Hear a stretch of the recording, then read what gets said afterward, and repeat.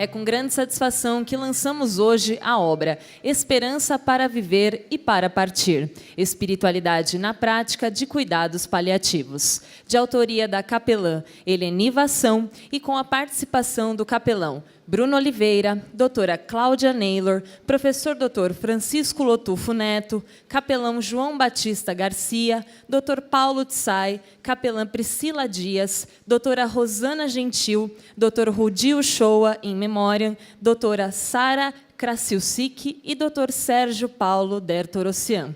A publicação é da editora Cultura Cristã. Para realizar uma reflexão, convidamos o reverendo doutor José Carlos Piacente Júnior. É uma satisfação recebê-los aqui no Mackenzie para esse momento especial de lançamento de um livro que fala ao nosso coração e fala a todos nós, porque nós precisamos de esperança para viver e para partir. Eu quero ler um texto da palavra do Senhor nosso Deus que conta a história de um homem que tinha plena convicção de que estava pronto para partir. O seu coração estava tranquilizado no Senhor, e ele tinha certeza que os propósitos, os desígnios de Deus haviam se cumprido em sua vida de maneira plena e perfeita. Havia em Jerusalém um homem chamado Simeão, homem justo e piedoso, que esperava a consolação de Israel, e o Espírito do Senhor estava sobre ele. Revelara-lhe o Espírito Santo que não passaria pela morte antes de ver o Cristo do Senhor. Movido pelo Espírito, foi ao templo, e quando os pais trouxeram o menino Jesus, para fazerem com ele o que a lei ordenava, Simeão o tomou nos braços e louvou a Deus, dizendo: agora, Senhor, podes despedir em paz o teu servo, segundo a tua palavra, porque os meus olhos já viram a tua salvação, a qual preparaste diante de todos os povos, luz para a revelação aos gentios e para a glória do teu povo de Israel.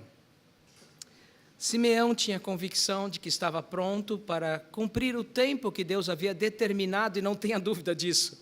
Os nossos dias foram escritos e contados. Nenhum deles pode ser acrescentado. Não pode se acrescentar um côvado sequer. Ninguém tem controle sobre isso, a não ser o Senhor soberano. E se nós temos convicção de que Deus é soberano, e se a fé que professamos é uma fé de Deus soberano, Ele sabe o dia, a hora e o momento, e ninguém pode mudar isso. O fato é que nós temos que estar prontos para partir. E Simeão nos ensina uma lição muito importante. Simeão se sentiu completamente pronto quando tomou em seus braços Jesus Cristo. Criança que veio para mudar a história da humanidade. Frágil, singela, como é típico de uma criança, mas uma criança que mudou o mundo. A lição que Simeão nos dá não é só da tranquilidade de saber que Deus tem os seus planos, mas a lição que Simeão nos dá é que essa criança se tornou um adulto, um homem que foi pregado numa cruz. A lição de Simeão é que se ele tomou Jesus em seus braços e sentiu segurança, imagine nós, que somos tomados nos braços de Jesus. Quão maior é a nossa segurança. Quão maior é a certeza de que Ele nos levará nos seus braços para o lugar que tem preparado para os seus. A lição de Simeão é que podemos descansar no Deus que é o nosso cuidador, protetor e, de fato, a esperança dos povos, a esperança dos seus filhos, dos seus irmãos que nele confiam. Que Deus nos ajude. Esperança para viver e para partir. A Bíblia fala sobre esse assunto. Não só fala, mas toca o nosso coração com as suas verdades. Tenha esperança para viver, mas saiba que no tempo de Deus, partir é simplesmente ser conduzido por Cristo para a vida eterna. Que Deus nos dê esperança, então. Vamos fazer uma oração?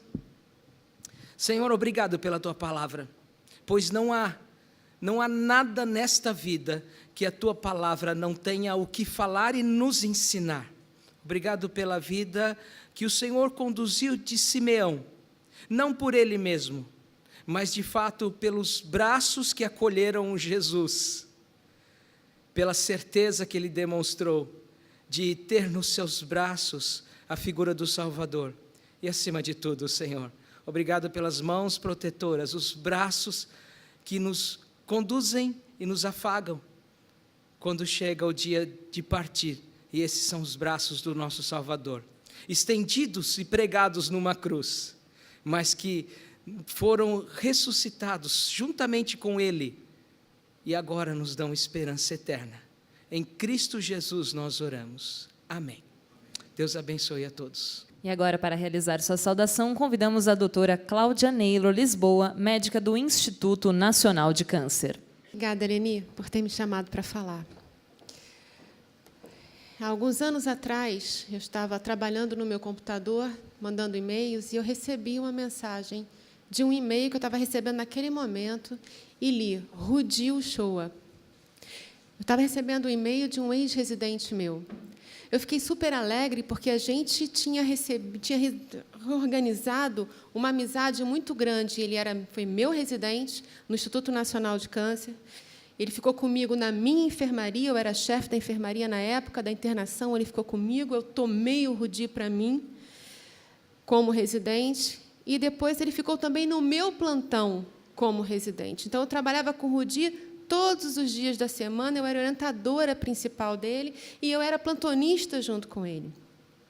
E eu fiquei super feliz porque a gente tinha desenvolvido essa relação de amizade e, de repente, acaba-se a residência, ele vai para um outro canto, a gente vai perdendo contato.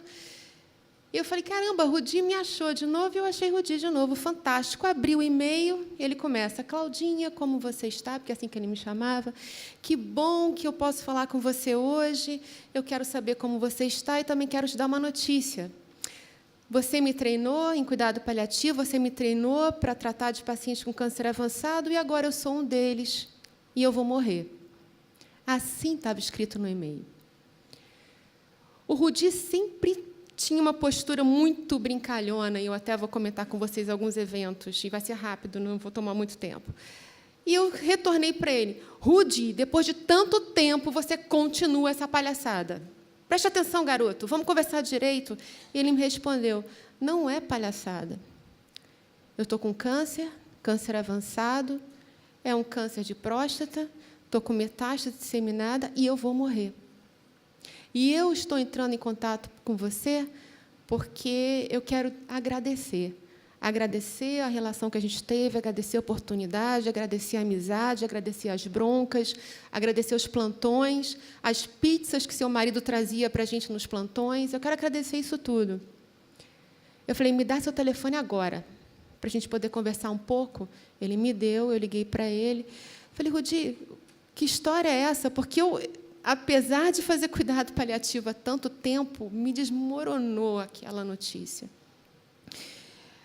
E ele falou o seguinte, olha, de tudo que aconteceu, de todas as informações que eu tenho, de tudo que eu tenho passado, de todas as conquistas e todas as questões, tem algumas coisas que você nem sabe que aconteceram na minha vida, mas, assim, aconteceram nos últimos tempos coisas muito importantes. Eu me casei com o grande amor da minha vida, que eu vinha conhecer depois, e eu tenho uma filha, a minha Jujubinha, assim que ele falava, assim, Rudi, você tem uma filha?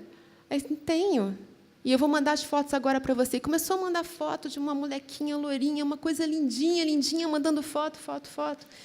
E ele falou assim, disso tudo, de toda essa situação, eu quero que ela tenha uma vida excelente, eu quero tudo do melhor para ela, não vou poder ver, mas eu quero que tudo aconteça do melhor para ela e para toda a família que eu constituí. Eu soube que ele tinha constituído essa família já com outros 3 garotos grandes que ele também mandou foto. Nesse tempo em que a gente estava conversando, passou na minha cabeça toda a evolução que eu tive com o Rudi, do meu relacionamento com o Rudi. Rudi fez a prova para cuidado paliativo no Instituto Nacional de Câncer, vindo de fora.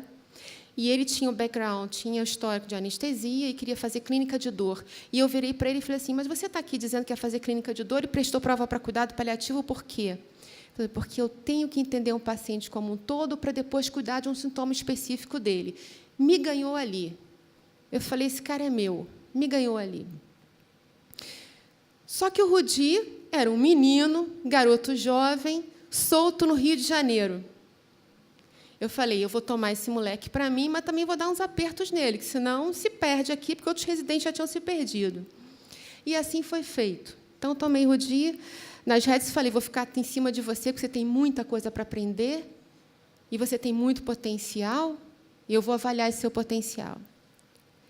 Nos primeiros, Rudi, garoto jovem, como todo bom residente, querendo dar nó em pingo d'água, né? Já viram isso? Residente quer isso, dar nó em pingo d'água, né? Diz que fez, mas não fez. Aquela galera esperta, né? Num dos primeiros rounds que a gente está passando, e eu já tinha brigado com o Rudi outras vezes, porque é o meu esquema, assim, né? A gente tem que brigar com o residente, para ele se sentir importante e tomar tino da situação. E aí, num desses rounds que está passando, o Rudi falou uma coisa, e eu já sabia que não era aquele valor que ele tinha falado da diurese do paciente. Eu falei, Rudi, a gente brincava muito assim, Rudi, não foi essa diurese, porque eu já peguei lá no prontuário antes e vi que não é essa diurese do paciente. Você está tentando me enrolar, né, moleque? Aí vira-se o paciente, doutora, não fale assim com ele, porque ele é o nosso médico. Aí eu falei, danou-se. Aí eu virei para ele assim, baixinho, moleque, você me ganhou, mas eu vou continuar no teu pé. E foi assim. Foi esse desenvolvendo assim, a relação, a amizade, o Rudi mostrando como ele era um paciente, como ele era um profissional, um médico que agregava os pacientes a ponto deles defendê-lo em várias situações. E a gente terminou o tempo dele como residente, ele escrevendo o TCC dele, o término de conclusão de curso, um tratado de conclusão de curso, fizemos alguns trabalhos em conjunto, ou seja, Rudi mostrou que veio. E depois ele foi fazer a clínica de dor. Nesse momento da clínica de dor, nós não perdemos contato. Mas, a partir do momento que ele acabou a clínica de dor, ele se mandou, e nós perdemos o contato, e nossa reaproximação foi nessa fase. Eu confesso para vocês que, com todo o meu histórico, com toda a minha experiência, foi muito complicado, porque assim, eu me sentia um pouco responsável, porque a gente, quando é preceptora de residente, a gente se sente responsável pela formação deles e pela relação que eu tinha desenvolvido com o Rudi, que era uma relação de amizade por um bom tempo, e que só foi afastada, mas, nessa situação premente, foi retomada. Eu tive dificuldades em aceitar as coisas como estavam acontecendo.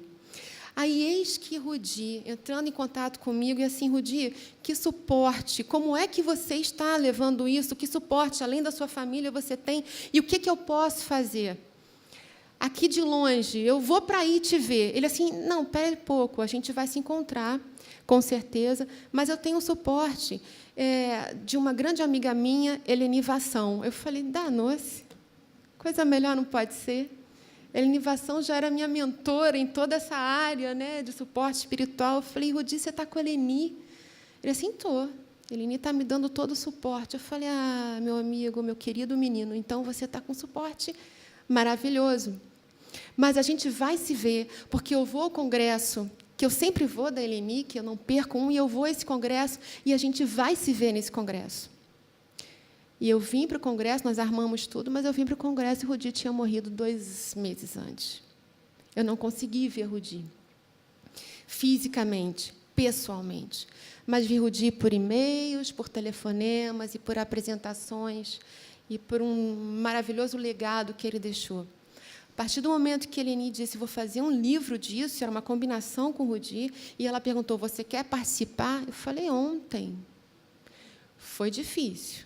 Para mim, foi extremamente doloroso colocar em palavras o que eu tinha vivido com o meu residente, que era um dos residentes que eu mais gostei. A gente tem essas empatias, não tem jeito. Mas, enfim, saiu essa obra maravilhosa, que, com certeza, vai ser uma obra de suporte e de grande importância para a área de saúde, porque o Rudi era médico, paliativista, clínico de dor E ele passou para a gente todos os momentos dessa vivência da doença dele. Então, é riquíssimo esse legado para todos nós. Então, eu só tenho a agradecer e obrigado por me deixar falar também. Pedir para eu falar que eu estou muito emocionada por causa de Rudi e conhecer a família dele, conhecer a esposa linda que ele me apresentou por intermédio do contatos que a gente tinha. E depois eu vim a conhecer aqui nos congressos pessoalmente. Então, eu só tenho a agradecer e falar o seguinte: é um legado de suma importância para a área de saúde, para todos nós, porque vem do coração e da experiência de um de nós.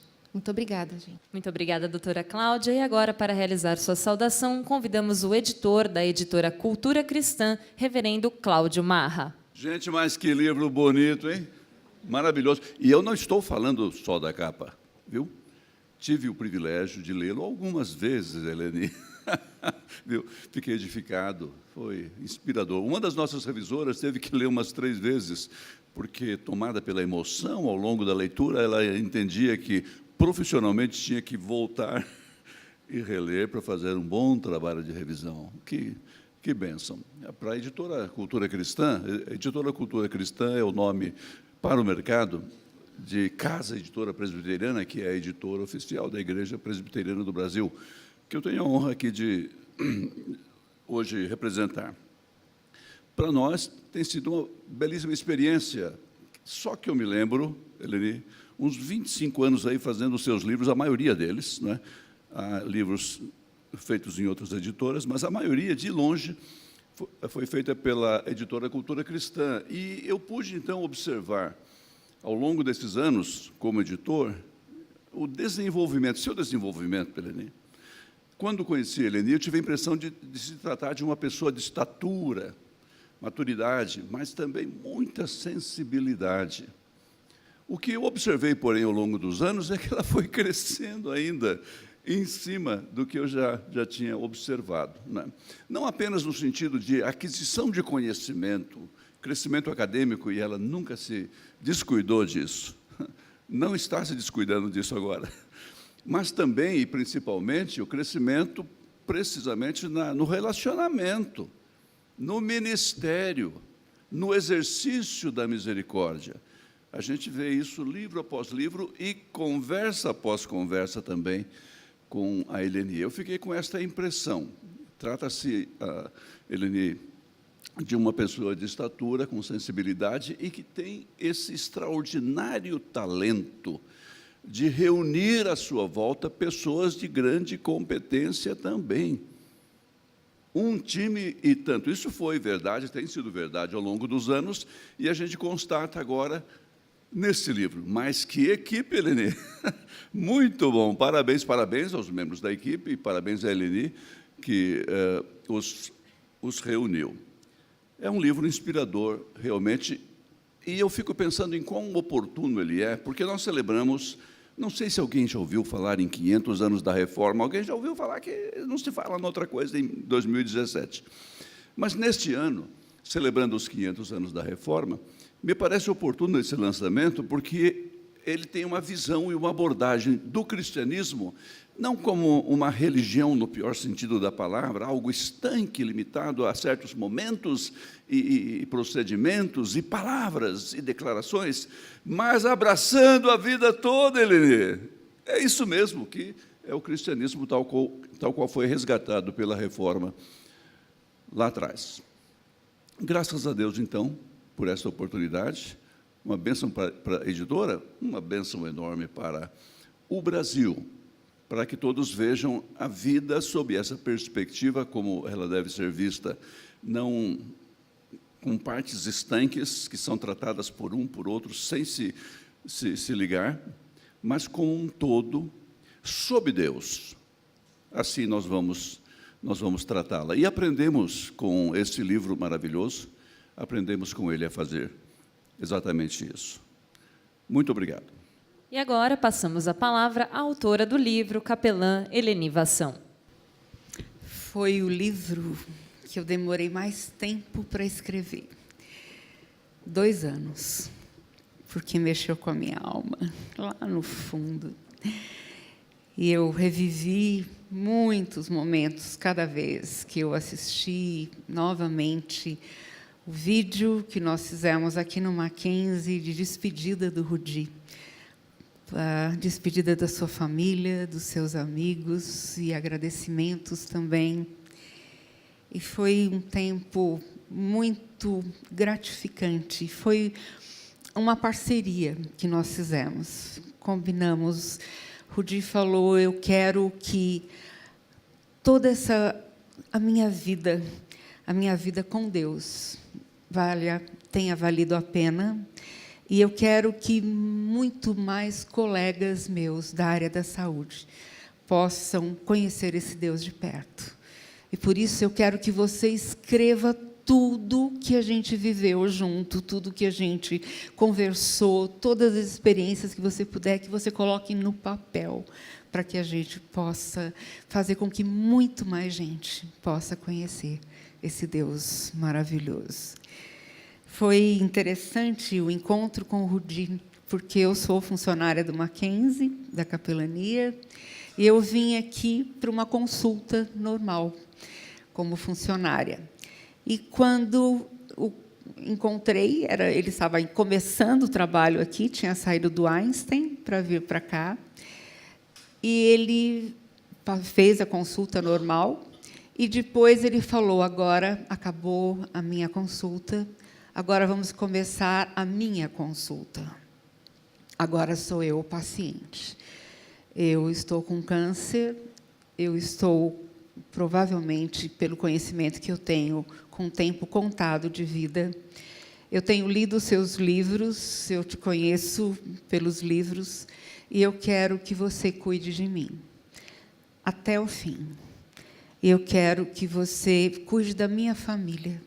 Quero que você converse com a minha esposa e ajude a entender o que eu estou enfrentando, que eu tenho um tempo curto de vida. Eu quero que você chame alguém da sua equipe para falar com as minhas crianças. Eu quero que você me ajude a fazer um planejamento de vida até a minha morte. Porque eu quero deixar tudo resolvido. Quero deixar uma mensagem para cada um dos meus queridos também. Então, eu quero que você me ajude nisso tudo. Por isso que eu falo que foi um trabalho tão intenso, tão dolorido, porque eu me envolvi até o pescoço. O Rudi não foi um paciente meu, como outros de paliativos. Um grande, grande amigo, um irmão muito chegado, com quem eu tive o prazer de andar, e com a sua família também, cada dia. Nós estamos falando sobre esperança. E a importância da esperança. E eu quero falar isso em cima do nosso tema, em cima do tema do livro, mas também em cima da experiência de vida do Rudi. Nós podemos viver por semanas sem comida, dias sem água, mas nós só vivemos algumas horas sem esperança. A esperança está intimamente conectada com o propósito de vida. Se você perguntar à pessoa que está lutando para viver por que ela quer continuar a viver, verá que alguns têm propósitos muito fortes e alvos à frente, boas razões para permanecer vivos. Outros examinarão as suas vidas e perceberão que eles têm se levantado da cama pela manhã somente porque o despertador tocou. O propósito pode ser muito mais em relação ao que nós somos do que com o que nós fazemos. Aqui foi o primeiro dia que eu encontrei Rudi, no consultório aqui do Mackenzie. E ele fez questão de tirar a foto. E eu me senti muito feliz por esse encontro e, ao mesmo tempo, com uma responsabilidade enorme, clamando a Deus por socorro, para que Ele me ajudasse a ajudá-lo também. Juliana, Jujubinha, André, Eduardo, Pedro, a turminha toda, no aniversário dele, né, de 40 anos. 42. Os pais do Dr. Rudi, Dona Nísia, Reverendo Rui, a quem tivemos o prazer de caminhar juntos com eles também.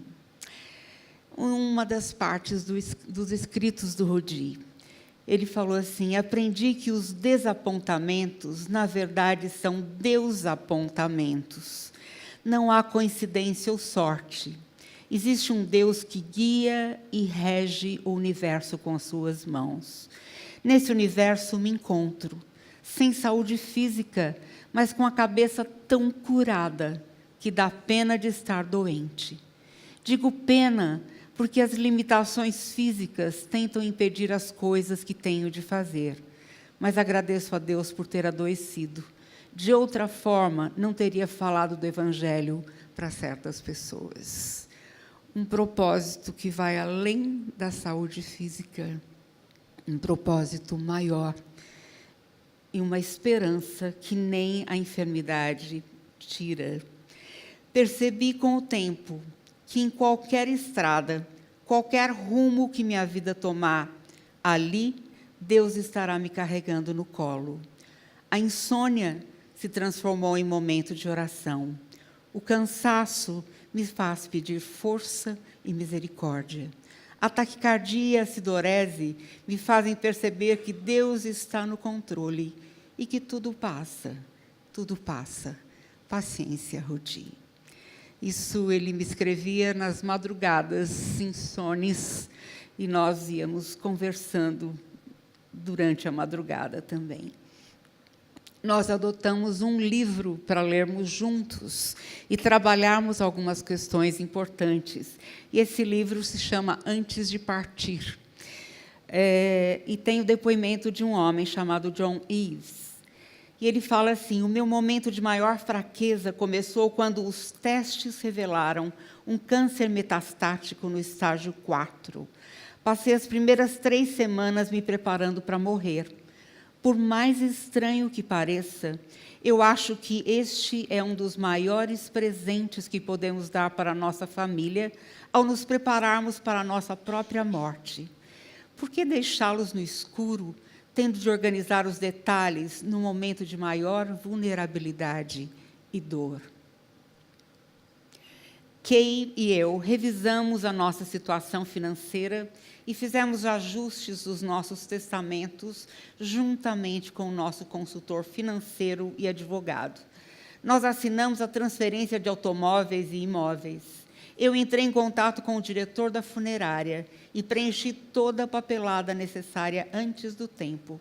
Eu escrevi até mesmo a minha própria homenagem póstuma e distribuí para os participantes que estariam no culto fúnebre.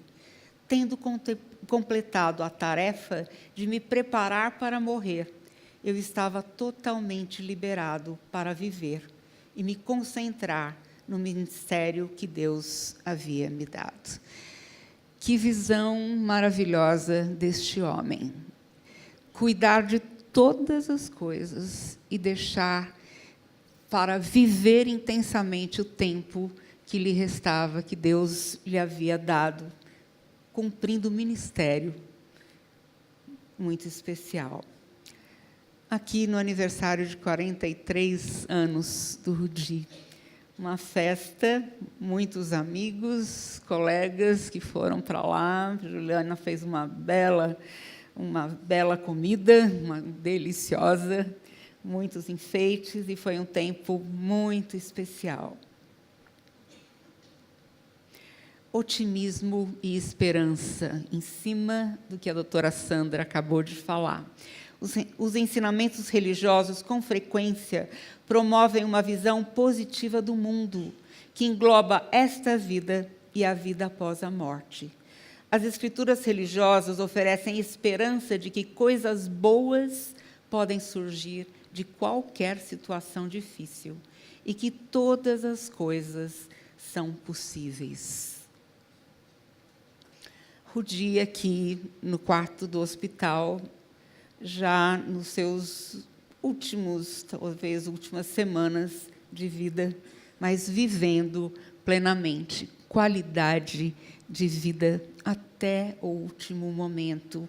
Nenhuma palavra de ira, nenhuma palavra de murmuração, mas sempre de gratidão, de louvor a Deus, de bênção para as pessoas. Me lembro que uma vez eu o convidei para dar uma aula, eu estava organizando no Hospital Cruz Azul o ministério, o trabalho de cuidados paliativos, e eu pedi para o Rudi ir lá dar uma aula.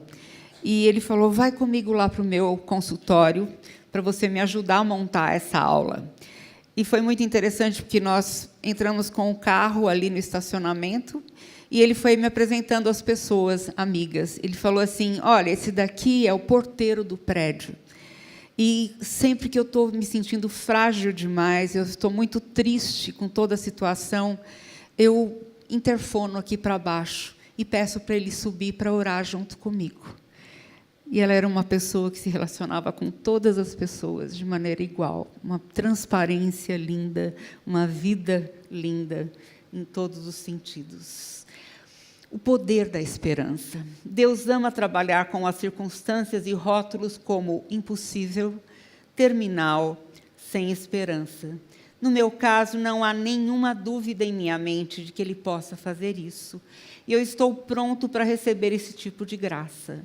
Mas eu não exijo isso. Eu não insisto que o meu modo seja o modo dele de lidar com a minha atual circunstância. Essa é uma forma tola de se pensar, pegando as promessas que ele nos deu e forçando a sua mão a fazer o que eu mando. Estou descansando em sua provisão diária, nunca insistindo que as coisas sejam do meu jeito, mas do dele. É uma vida de entrega, uma vida de renúncia, a qual se torna intimamente uma vida transformada. Não se aflijam, nem se preocupem. Em vez de se preocupar, orem. Permitam que as súplicas e os louvores transformem os seus receios em orações, permitindo que Deus os conheça. Antes que vocês percebam a compreensão da integridade de Deus, que só contribui para o bem, virá e os acalmará. É maravilhoso o que acontece quando Cristo retira a preocupação do centro da vida humana. Esse texto de Paulo foi vivido plenamente por Rudi, de uma maneira muito prática, muito vívida. Tenho muitos motivos de gratidão. Gratidão a Deus, o autor da vida e da esperança, para viver e para partir.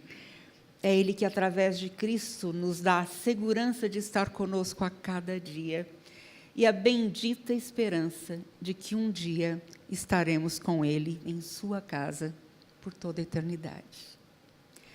Ao Dr. Rudi Uchoa, por uma vida que refletiu a presença de Cristo em meio à dor, em alguns momentos chorando em seu colo e clamando pela cura, mas em todo o tempo descansando em sua bondade, com a esperança e a alegria do Senhor, que foi a sua força e que nem mesmo a sombra da morte conseguiu lhe arrancar. A família do Dr. Rudi Uchoa, que lutou junto com ele o tempo todo, sendo fonte de consolo, esperança e alegria. Aos seus pais, reverendo Rui e dona Nísia, seu irmão, Dr. Rudinei, a sua esposa, Juliana, os seus filhos, Jujubinha, André, Eduardo e Pedro. A equipe de capelania hospitalar, principalmente na pessoa da Priscila, que foi morar na casa da Juliana, do Rudi, e cuidou da Jujubinha e a ajudou a enfrentar o luto de uma maneira muito especial. Jujubinha estava com 3 anos. E também o Denis, que ajudou os meninos a enfrentarem esse tempo difícil.